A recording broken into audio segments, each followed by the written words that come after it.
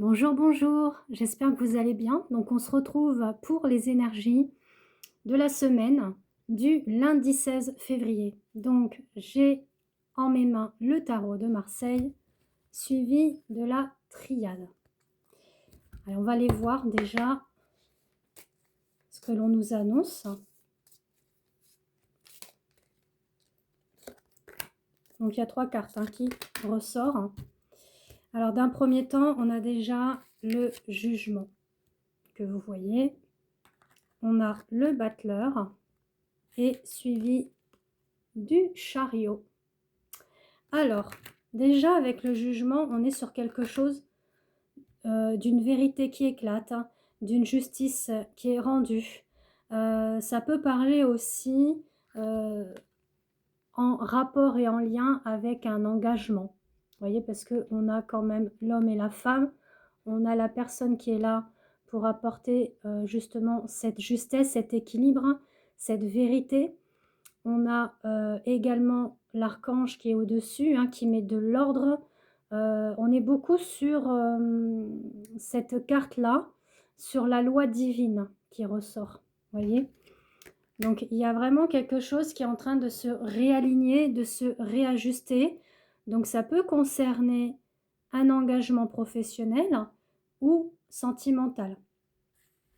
Avec le battleur, on vous dit qu'il y a quelque chose de neuf pour certains et certaines d'entre vous qui se met en place suite à ce renouveau, on le confirme, c'est quelque chose de neuf, de nouveau, et qui est en mouvement avec le chariot.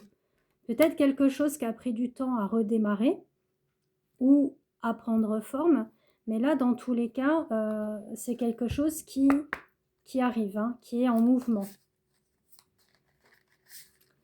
Donc vous voyez comment cela vous parle au niveau des cartes, bien évidemment. D'ailleurs, avec le battleur, je suis en train de me pencher plus sur la lettre qui est indiquée là, que vous voyez, c'est la lettre Alep. Donc Alep, c'est tout ce qui est le commencement, l'unité, suivi avec en devant avec le jugement, on est vraiment sur quelque chose de neuf, de nouveau, un nouveau cycle. Alors, on continue pour cette semaine, ce qu'on nous annonce. On a une élévation, voilà, la paix.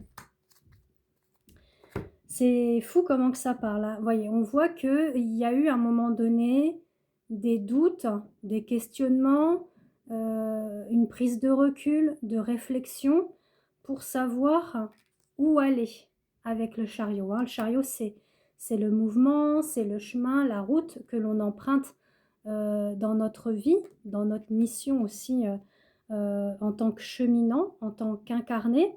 Et là, on vous dit qu'il y a enfin une élévation, quelque chose qui se débloque enfin.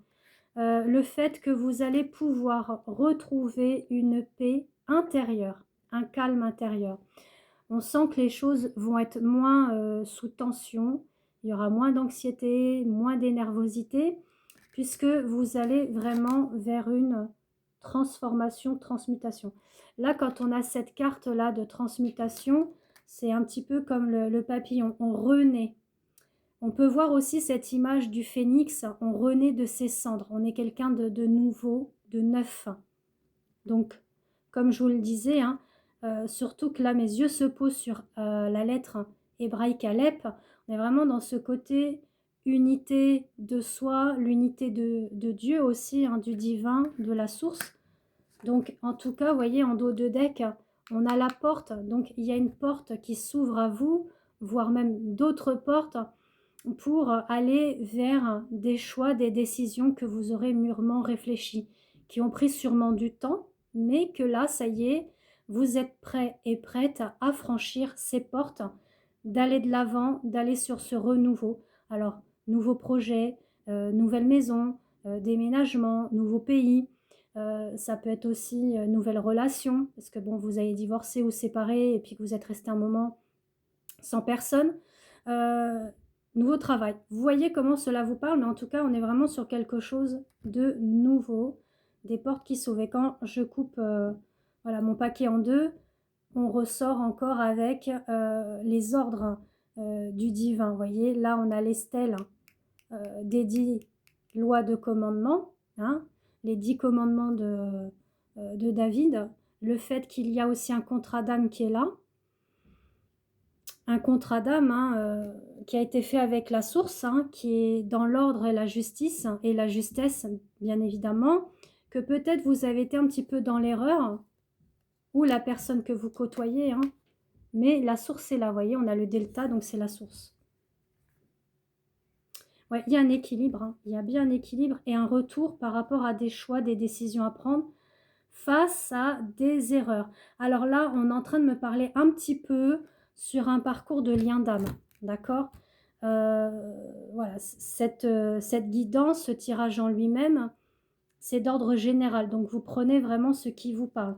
Mais là, ce que je regarde bien à la coupe, hein, on a vraiment des épreuves, des décisions à prendre sur un retour, d'accord? Donc soit c'est un retour que vous attendez de quelqu'un, ça peut être aussi au niveau famille, hein, il y a eu peut-être voilà, des conflits familiaux, mais il y a bien un retour, en tout cas. Alors on parle effectivement qu'après une période de désert, là, qui s'est passée, ce silence, voilà, vous avez prié, vous avez fait des vœux et on vous dit que les choses sont potentiellement en phase d'évoluer, d'accord, d'aller vers cet avancement, vers cette ascension-là. Pour certains, on parle d'amour, d'accord? Et je voyais, je vous le disais, je ressentais hein, le lien d'âme. Hein. Donc, on prend d'ordre général, hein, d'accord? Ne vous fixez pas que sur le côté des liens d'âme. Hein. Voyez comment cela vous parle, bien évidemment. Je me répète, hein, mais c'est important. Alors, on sent que vous avez été dans une période un petit peu de silence, de sacrifice pour certains et certaines d'entre vous. Soit dans l'attente de quelque chose, de quelqu'un. Ça peut être tout. Hein. On attend l'argent pour pouvoir acheter une maison. On attend en silence le retour d'un CV qu'on a envoyé chez un employeur. Voilà, c'est ce que je vous dis, ça peut parler sur pas mal de sujets, d'accord? Je ne suis pas concentrée sur une personne là. C'est vraiment sur du collectif, du général. Mais en tout cas, voilà, on vous dit que le temps, parce qu'on a la carte du temps, va faire éclore des choses et va rendre ce côté équitable au niveau du yin et du yang. Hein. Pour certains et certaines, on parle même de foudre karmique. Hein. Donc la foudre karmique, c'est des petits rappels que l'on peut avoir en soi, la nuit noire de l'âme. On a ces petits états d'être maussade, d'être triste, d'avoir de l'anxiété, d'avoir de la tristesse profonde, mais on ne sait pas vraiment d'où que ça vient. Donc ça peut concerner des blessures, des traumas liés à l'âme, que ce soit au niveau du karma, donc les vies antérieures, ou que ce soit au niveau des mémoires transgénérationnelles. C'est des bagages hein, qu'on transporte de nos ancêtres. D'accord? Mais en tout cas, ça fait que il y a eu du brassement là ces derniers temps, mais ça travaille, ça s'épure, ça se libère. Et là, on nous confirme bien un retour à soi déjà. D'accord? En tout cas, vous aurez des choix, comme je vous l'ai dit, hein, c'était dans la coupe, des choix, des décisions à prendre. Vous voyez, la nuit noire de l'âme, elle est ressortie. Donc c'est sûr, on a été vraiment dans des pleines lunes, là, très mouvementées. Il y a une nouvelle lune qui arrive. On a le nouvel an chinois, donc en cheval du feu. Ça nous fait penser, vous voyez, au chariot. Là, ça y va, ça y va, ça y va, ça y va. Pour que ça libère, pour que ça épure. Donc, il y a encore des libérations à faire. Hein.